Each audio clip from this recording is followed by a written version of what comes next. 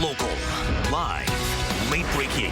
WESH 2 News Sunrise on CW18 starts now. If you have trouble sleeping, it could impact your heart health. We break down the link and explain how you can get a better night's sleep after the break.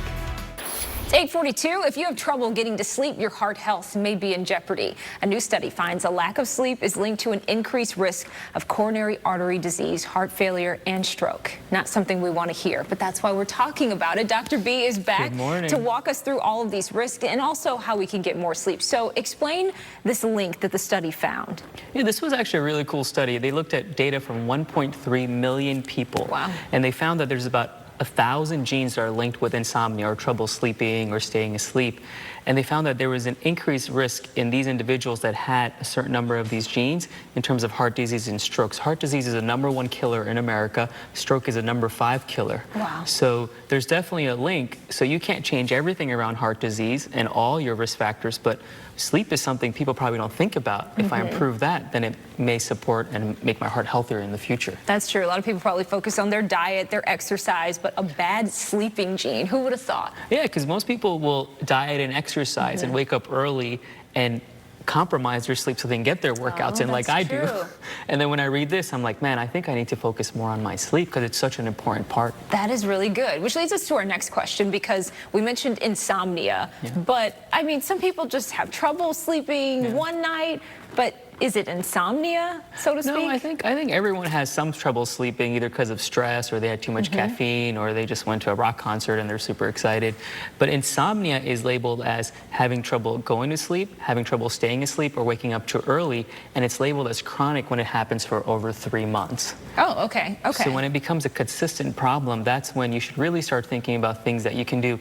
And insomnia is one of those things where, yeah, I always say at the end, hey, go see a doctor. But these are a lot of the factors and a lot of the symptoms you can actually start working on at home by yourself. All right, well, let's talk about some of those things, because there may be people at home who are like, yeah, every night it's a struggle. What do you do? Where do you start first? Yeah, so first you got to figure out what works for you. So this CDC recommends people sleep at least 7 to 8 hours a night. Now, when I sleep 7 hours, it's impossible. That's a lot. But I know for me it's 6 hours. So stay consistent with your sleep. And sleep is not just when you go to sleep and when you wake up. I usually say sleep is an hour before you actually get into bed. So start destimulating yourself. So get off the phone, not checking Instagram, no selfies, start reading something. I know everyone's laughing here. Selfies. There's so many ways that you can kind of start getting your mind calmer that when you're actually in bed, you fall asleep. But there's so many other reasons you could be having sleep issues. There could be health problems like sleep apnea. There could be mental disorders like depression. So there is a time when you can't just kind of figure out on your own. You should go and see someone and get yourself checked, because there could be an underlying medical problem that could be the cause as well. What about some of these like jellies that you can take, these like the essence oils that are just the rave these days? There are gummies that you can take. You know, honestly, like there's no hardcore like scientific data supporting these things, but what I tell my patients is, hey, if you think it works for you and gets you sleep, no problem, do it. But there's some certain supplements like melatonin, a certain dosing that you can take.